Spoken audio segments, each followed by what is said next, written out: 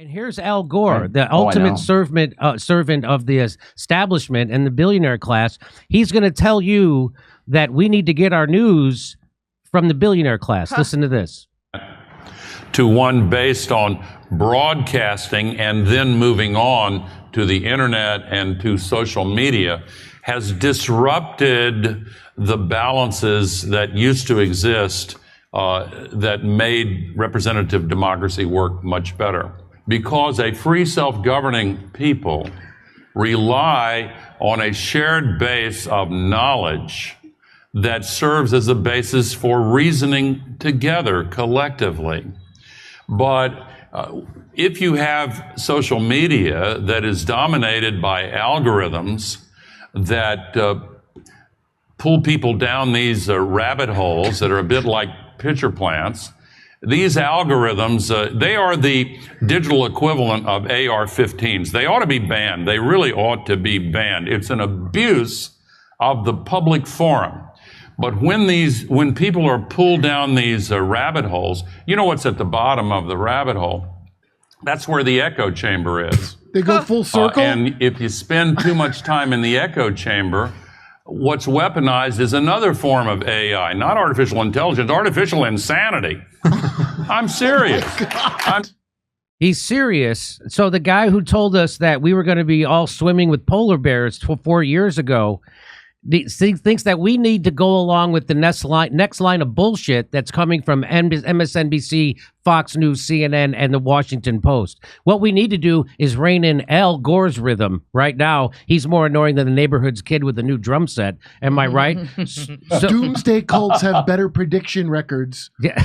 Well, the world's going to end. I got it one time from the thing I was in. He said it probably 5 times in my lifetime. He said we wouldn't have polar ice caps by 10 years ago. We'd be living in water world. And this guy and the people who were debunking him, he wants them banned. So this guy, that's what's actually dangerous. He's against people getting their information from anywhere else except the billionaire controlled corporate media. Doesn't that scare you?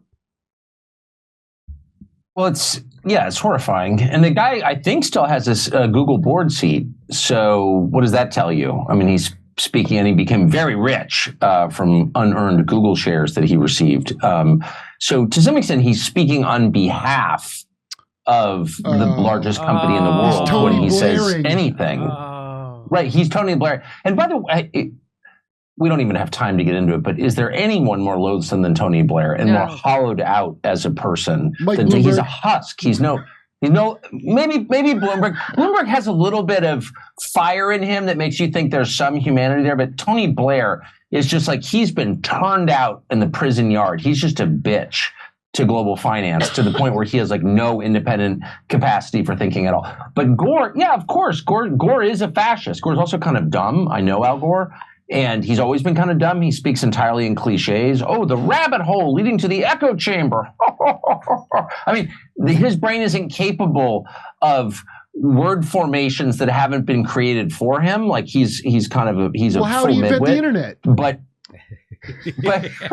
his instincts are always authoritarian. Like he's one of the reasons that, cigarette smoking is, and looking back, like cigarette smoking is bad for you. Got it.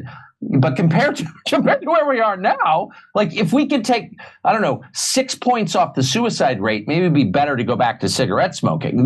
Like a lot has gotten worse since then, but whatever. He was one of the driving forces behind banning that. He's the driving force behind banning everything. Do you remember rock music? I mean, like he's just a default, let's ban it guy because he's weak inside and it makes him feel strong. And this fight against independent news. I mean, look what CNN did to Joe Rogan, right? They colored his skin green when he got COVID and beat debunked Jimmy. in 48 years. And then Bill Gates funds a bullshit fact-checking organization that says CNN didn't color his skin green. So the last and final command was to not trust the evidence of your eyes and ears. It was their final and most essential command. And that's exactly what's going on. Facebook fact-checking, could there be a bigger joke? And it's all funded by Bill Gates or the Rockefeller Rockefeller Foundation or the Annenberg Foundation. It's always funded by that kind of. If you look into any of the, and of course the guy who used to run, or the guy who runs Snopes, got caught plagiarizing. Of course he's a plagiarist and a big liar. And so all these people who are fact checking and all this stuff, and you can't go down the rabbit hole. My show has never lied to you, right? As far as I can tell, since they took your advertisers away, you've been doing the best work in news journalism around. And what Julian Assange also, you don't get in trouble for lying. You get in trouble for telling the truth. And so you got in trouble for telling the truth. I've gotten strikes for telling the truth. Russell Brand's in trouble for telling the truth. Julian Assange is being murdered, right? And as Jen Psaki goes on a weekly basis and tries to scare you that somehow if Donald Trump becomes president again, he's going to prosecute journalists. At the time, she worked for an organization, an administration that is prosecuting the most decorated journalist of our lifetime. So take it wherever you want. Well, I would just say these people have, I mean, as you noted earlier, whatever they're doing, they accuse you of doing. It's more than a tactic. It's a psychological syndrome. I do think, not to play shrink, I noticed we've banned Sigmund Freud in the last 20 years, and maybe there's a reason for that, because you're not supposed to look too deeply at motive anymore, and I wonder why. But it is a syndrome. It's a psychological syndrome where, like, a normal person would be incapable of accusing someone else of doing exactly what he himself is doing. Like, that's insane. Right. You have to be a crazy person to do that. But they do it at every single turn. And in fact, they do it so consistently, it's the only reliable gauge of what they're actually doing. So as soon as they started yelping about democracy, I'm such a literal dumb person. I'm like, democracy? Why are they talking about democracy? What does that have to do with democracy? And then I realized, of course, that's the thing they hate. So they are posing as its lone defenders. Of course, I mean, it's just go down the list, whatever they're calling you.